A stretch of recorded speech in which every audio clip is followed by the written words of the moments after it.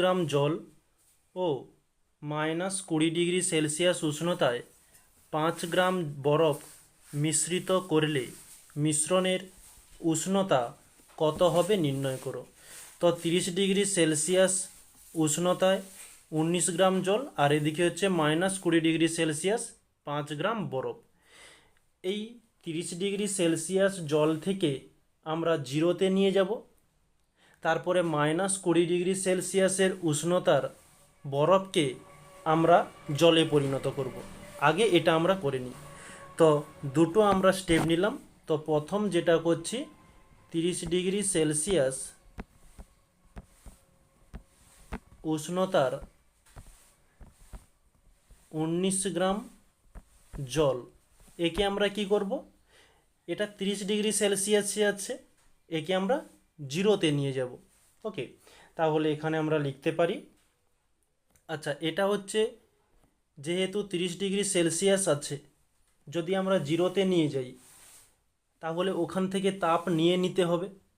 তাহলে আমরা এখানে বলবো কি, যে এই জলটি তাপ বর্জন করে 0 ডিগ্রি সেলসিয়াসে এসেছে।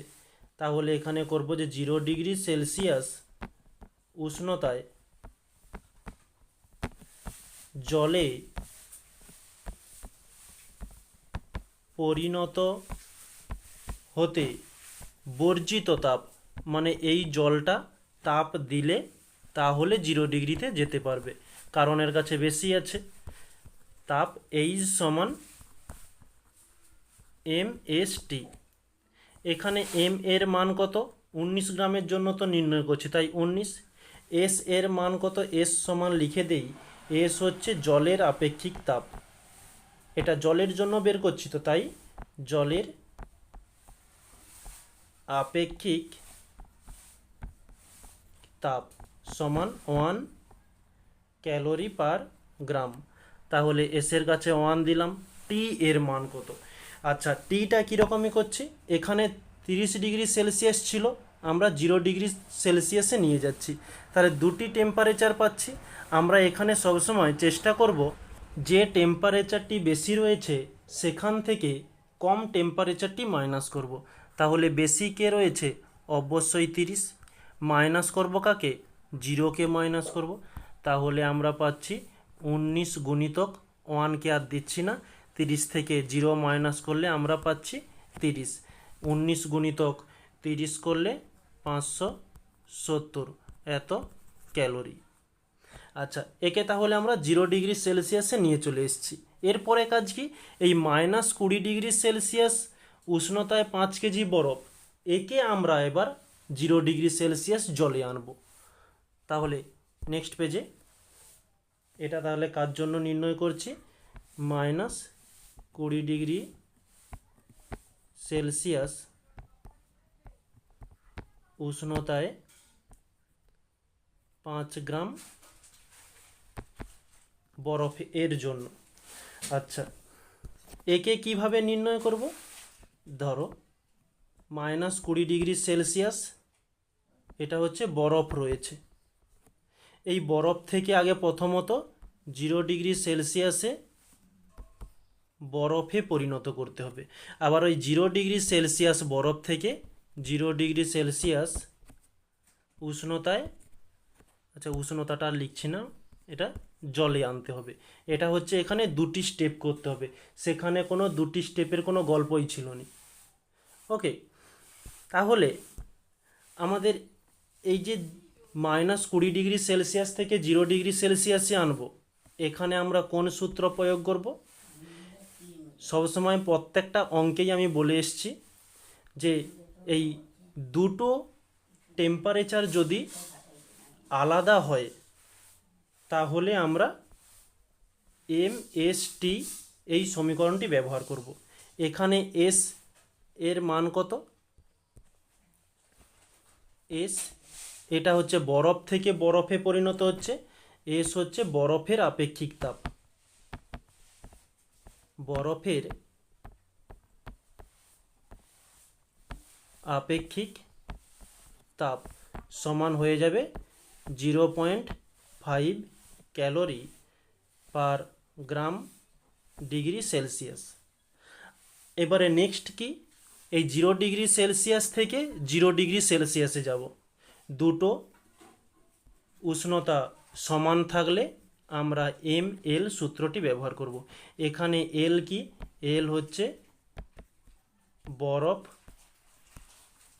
গলনের লিন তাপ। এটা কত হয়ে থাকে, 80 ক্যালোরি পার গ্রাম। ওকে, আশা করি বুঝতে পারলে। আচ্ছা, এখানে আমরা যে স্টেপটা করলাম এটা হচ্ছে তোমাদের বোঝানোর জন্য, এটা কিন্তু খাতাতে করার দরকার নেই। ওকে, তাহলে আমরা ওখানে যেটা বললাম বা যেটা তোমাদের বুঝালাম সেটা আমরা এখানে লিখে নিচ্ছি, যে 0 ডিগ্রি সেলসিয়াস উষ্ণতার বরফকে 0 ডিগ্রি সেলসিয়াস উষ্ণতায় আনতে। আচ্ছা, ধরো যেটা বরফ ছিল, বরফ থেকে জলে পরিণত হবে কিভাবে, তাকে তাপ দিলে, মানে বরফটা তাপ নিচ্ছে বলে সে জলে পরিণত হচ্ছে। তাহলে নিয়ে নেওয়াকে আমরা কি বলবো, গৃহীত তাপ। তাহলে বলবো 0 ডিগ্রি সেলসিয়াস উষ্ণতায় আনতে গৃহীত তাপ এই সমান যে সূত্রটি ব্যবহার করো বলেছিলাম MST। এখানে এম এর মান কত, কতটা বরফকে চেঞ্জ করছি, 5 গ্রামকে, 5 গ্রামকেই তো আমরা চেঞ্জ করছি। আর এস এর মান কি বলেছিলাম, এস সমান বরফের আপেক্ষিক তাপ। এটা হচ্ছে এস এর মান, এটা কত 0.5 ক্যালোরি পার গ্রাম ডিগ্রি সেলসিয়াস। তাহলে এখানে করব 0.5 ইন্টু টি। টি কোনটা হবে, সবসময় আমরা বড়টাকে দিব।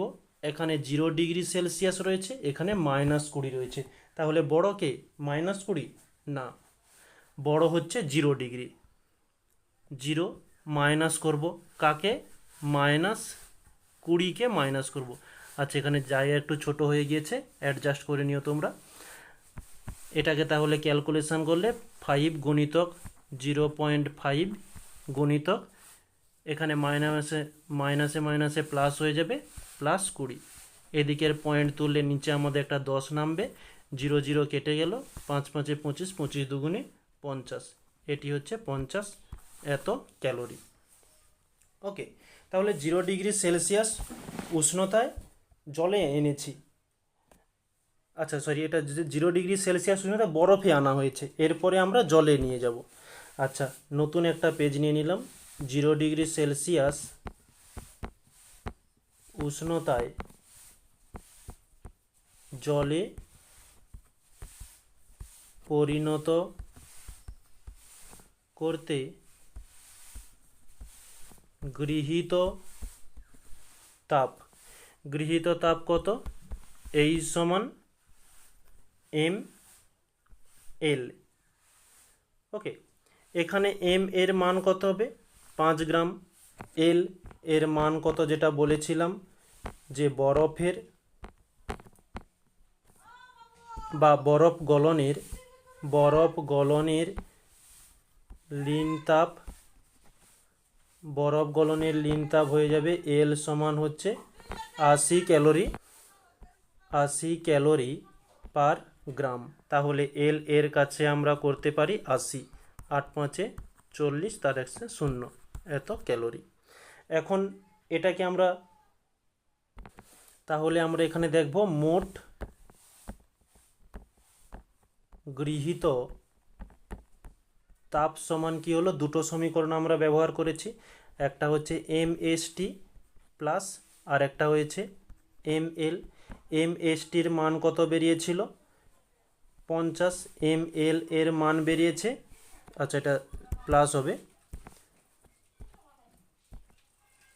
+400, তাহলে আমরা পাচ্ছি 450 এত ক্যালোরি। ওকে, এখন আমরা দুটো জিনিস বের করানো হয়ে গেছে। তাহলে এটা হচ্ছে এই 20 ডিগ্রি সেলসিয়াস এই উষ্ণতায় 5 গ্রাম বরফের জন্য আমাদের কত বেরিয়েছে টোটাল? 450। আর এদিকে আমাদের বেরিয়েছিল 570। তাহলে কোনটা বেশি রয়েছে? অবশ্যই 570 রয়েছে। তাহলে আমরা এখানে এরপরে যেটা লিখব যে বর্জিত তাপ, বা লিখতে পারি যেহেতু বর্জিত তাপ বরফ গলনের জন্য গৃহীত তাপের থেকে বেশি, তাই তাপ এই সমান আমরা করতে পারি কি বর্জিত তাপ মাইনাস গৃহীত তাপ। কতটা বর্জন করেছিল? 570 তাপ বর্জন করেছে, আর গ্রহণ করেছে কত? 400, 450। ওকে, এটা আমরা মাইনাস করলে আমরা পেয়ে যাব 120 ক্যালোরি। ওকে, এখন মোট জল কত? মোট জল, একটা জল ছিল আমাদের 19 গ্রাম, আর একটা জল ছিল কি 5 গ্রাম। তাহলে 19 5 24 গ্রাম। এটা হচ্ছে জলের ওজন হয়ে গেল এম। এদিকে একটা এইচ এর মান পেলাম 120, এদিকে এম এর একটা মান পেলাম 24। এখন আমরা যেটা নির্ণয় করব, বা আমাদের যেটা নির্ণয় করতে বলেছে যে মিশ্রণের তাপ কত, তাহলে ধরি মিশ্রণের উষ্ণতা হয়ে ধরলাম টি। আমাদের এই টি এর মান নির্ণয় করতে হবে। এখন আমরা যে সমীকরণগুলো জানি, মানে এম এস টি সমান এটা কিসের মান, বা আমরা এখানে যে সমীকরণটি ব্যবহার করব যে এম এস টি মানে এইচ, আমরা তো জানি যে এইচ সমান এম এস টি। ওকে, এখানে কিন্তু এম এল দিলাম নি কেন? যদি টেম্পারেচার দুটো সমান হয়। এখানে কিন্তু টেম্পারেচার দুটো সমান নয়, তাই আমরা ওই সমীকরণটা না দিয়ে এই সমীকরণটি ব্যবহার করেছি। এবারে এইচ এর মান কত বেরিয়েছিল? এই যে এইচ 120, তাই আমরা এখানে এইচের কাছে 120 দিয়ে দিলাম। এম এর মান কত? এম এর মান বেরিয়েছিল এই যে 24 গ্রাম। ওকে, তাহলে এখানে 24 ইন্টু এস, এস সমান হয়ে যাবে 1 ক্যালোরি পার গ্রাম। এটা হচ্ছে জলের আপেক্ষিক তাপ। তাহলে 1 গুণিতক টি কত? আমরা একটা টি ধরেছি, টি মাইনাস 0, কারণ এটা 0 ডিগ্রি সেলসিয়াসের জন্যই তো আমরা পরীক্ষা করছি, কারণ দুটো ক্ষেত্রেই আমরা 0-তে এনেছি, তাই আমরা এখানে 0 পুট করলাম। বা থেকে গেল, এই টি মাইনাস 0কে রেখে দিলাম, আর এটা গুণ আকারে রয়েছে, এদিকে হলে ভাগ হয়ে যাবে ইন্টু 1। আচ্ছা, 12 দিয়ে দিলে 12 একে 12, 0, 12 দুগুণে 24, 2 দিয়ে দিলে 2 5 10। তাহলে টি মাইনাস 0 সমান পাওয়া যাচ্ছে 5। তাহলে এখানে টি এর মান কত হবে? -0, এদিকে এলে +0 হচ্ছে, +0 মানে তো সেই টি এর মান হচ্ছে 5। এটাই হচ্ছে আমাদের নির্ণয় করতে বলেছিল, এটাই হচ্ছে আমাদের অ্যান্সার। ওকে, 5 ডিগ্রি সেলসিয়াস।